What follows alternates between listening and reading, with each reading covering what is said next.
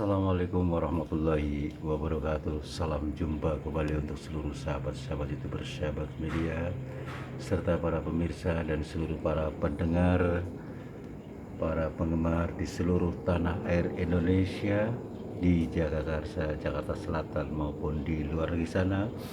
Semoga senantiasa tetap dalam lindungan Allah Subhanahu wa Ta'ala. Doaku selalu menyertai Anda semua. Kembali lagi saya pribadi, Bung Jepri, channel Ayah Sadam akan menjawab pertanyaan dari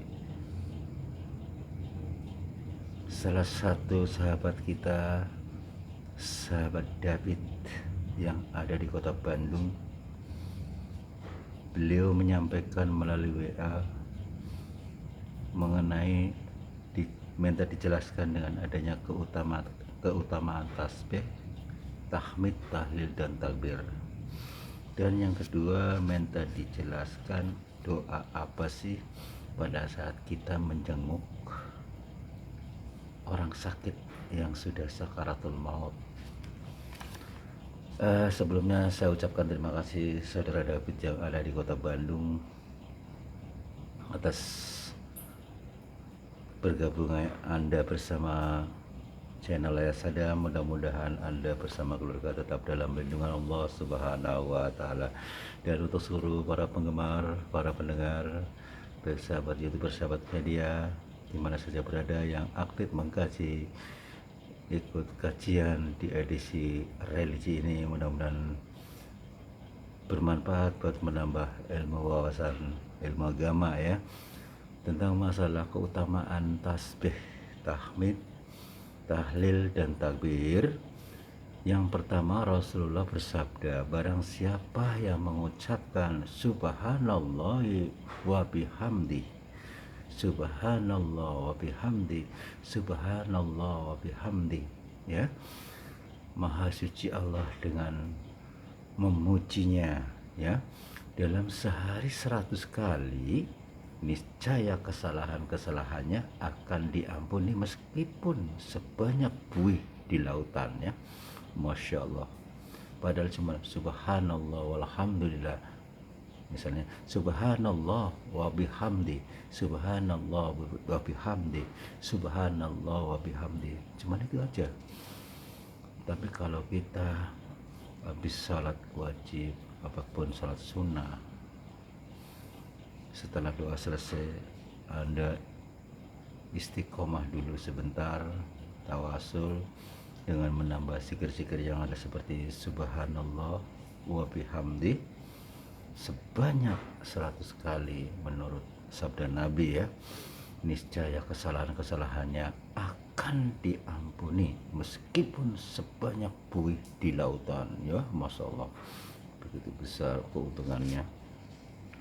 Atau Rasulullah di sini bersabda kembali, barang siapa yang mengucapkan la ilaha illallah wahdahu la syarikalah lahul mulku wa lahu hamdi yuhyi wa yumitu wa ala kulli syai'in qadir. Jadi seperti yang pertama, subhanallah wa bihamdi, subhanallah wa bihamdi, dan termasuk la ilaha illallah wahdahu la syarikalah lahul mulku wa lahu hamdu yuhyi wa yumitu wa ala kulli syai'in qadir. Jadi tiada yang hak untuk diibadahi selain Allah, satu-satunya ilah, tiada sekutu baginya. Bagaimana baginya segala kerajaan dan pujian, dan dia maha kuasa atas segala sesuatu. Sebanyak 10 kali, ya.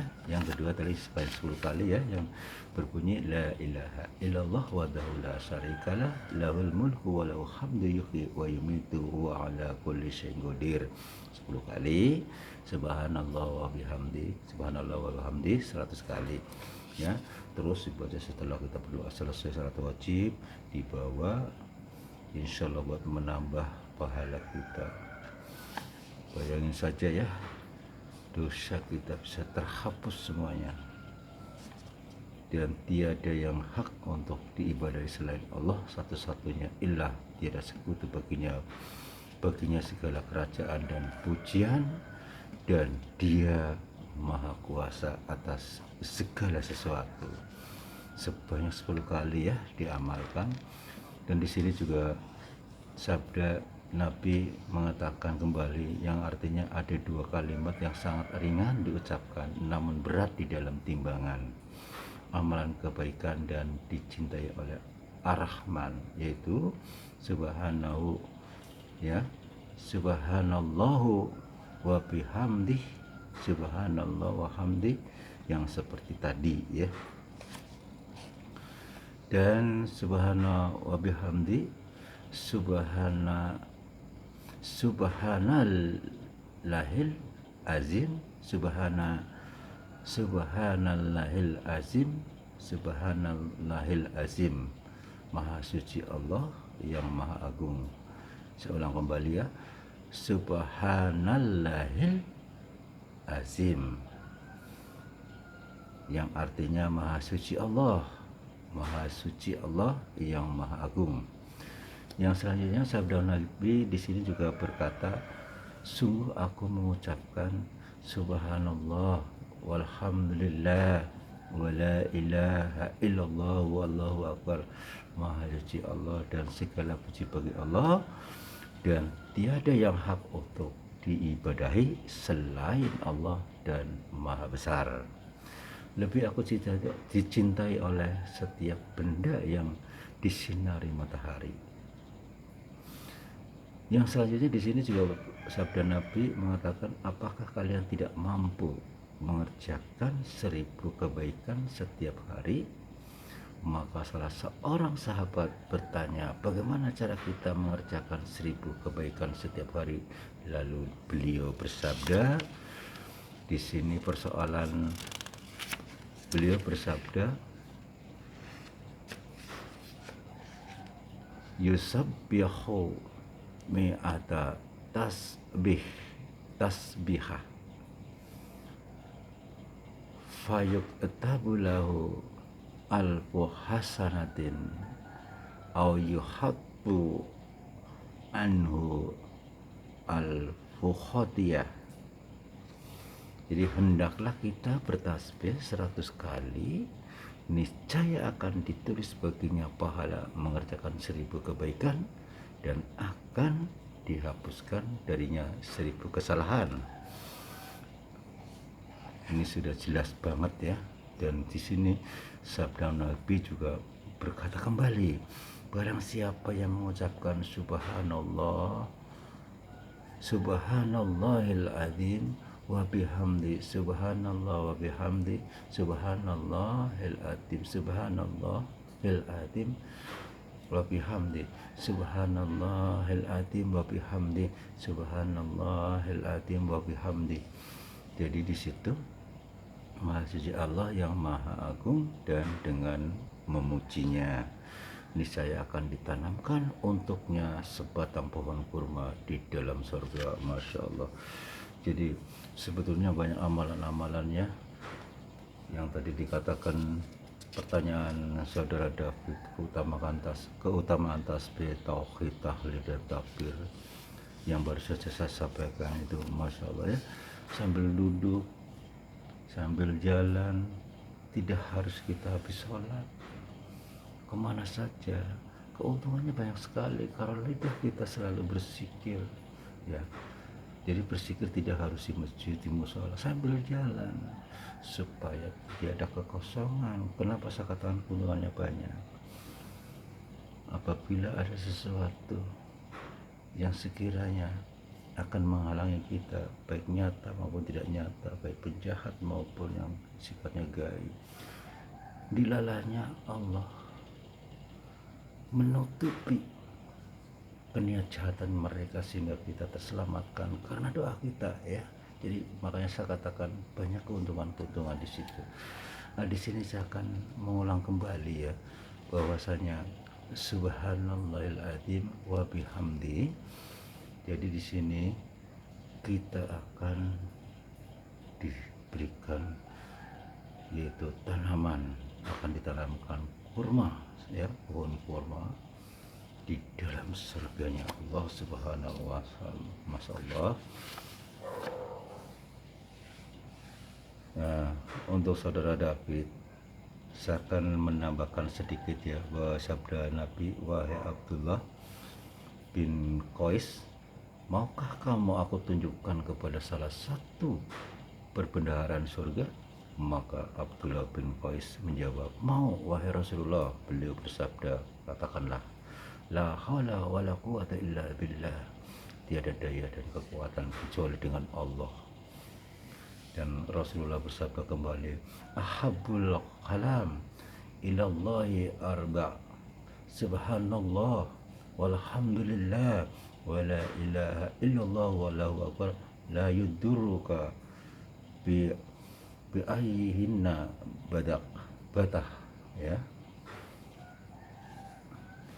Ucapan yang paling dicintai Allah ada 4, yaitu subhanallah, alhamdulillah, la ilaha illallah, dan Allahu akbar. Tidak menjadi persoalan dari kalimat yang mana saja kamu memulai untuk pengucapannya ya.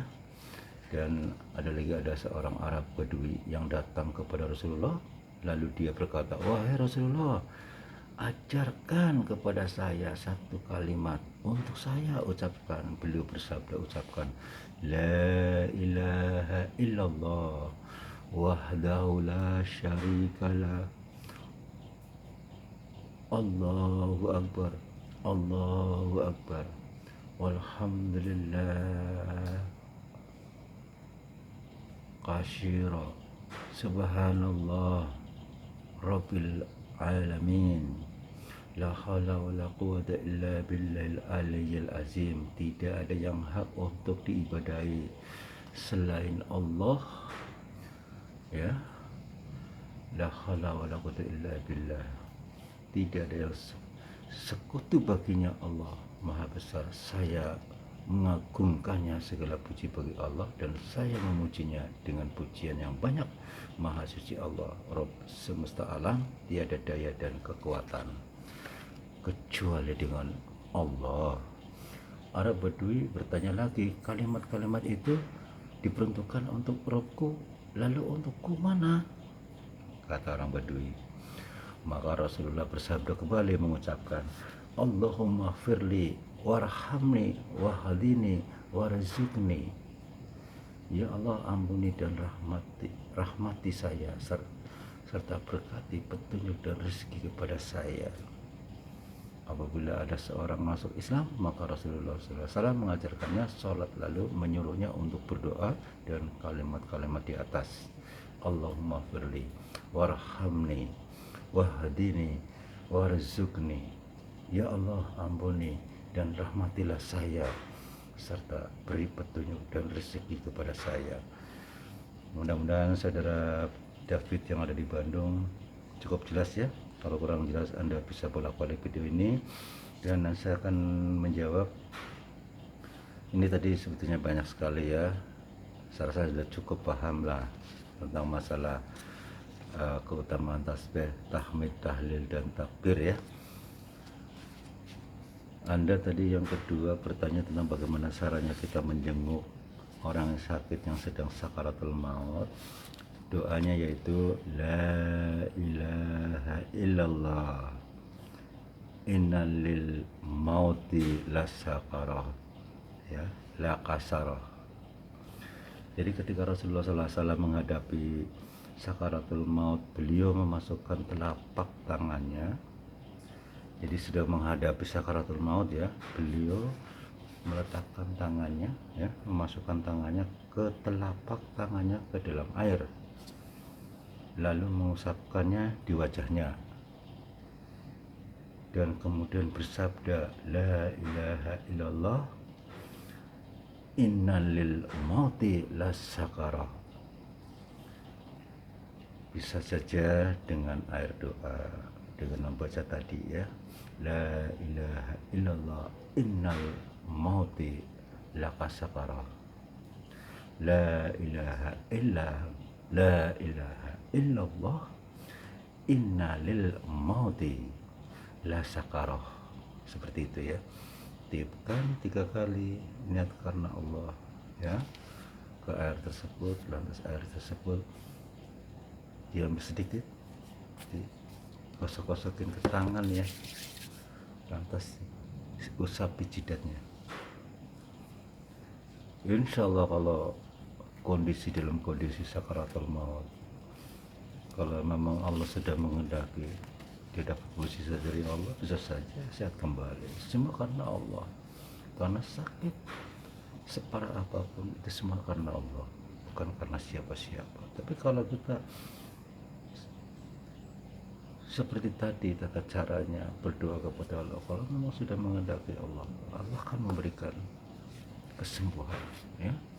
Itu mesti dari Allah Subhanahu wa taala. Demikianlah saudara-saudaraku di mana saja berada, baik di luar negeri maupun di dalam negeri, apabila dalam penyampaian kurang jelas, dipersilakan Anda dibolak-balik video ini ya. Insya Allah kita jumpa lagi di waktu yang sama dengan acara yang sama, edisi religi. Dan ini ada satu kalimat pesan, katanya mohon maaf saya panggil Abah aja ya.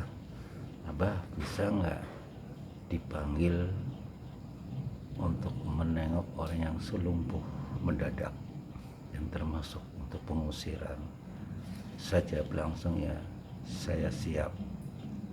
Di situ di deskripsi sudah ada nomor saya, dipersilakan kapan saja Anda hubungi saya, nanti kita bikin perjanjian baik di dalam negeri maupun di luar negeri, dipersilakan ya. Demikianlah saudara pendengar di mana saja berada, selalu doaku menyertai untuk Anda semua. Mudah-mudahan Allah selalu melindungi kita dan dijauhkan kejahatan dan kesuliman. Yang punya hajat mudah-mudahan segerakan hajatnya dikabul ya, dan kita tetap dalam lindungan Allah Subhanahu wa taala.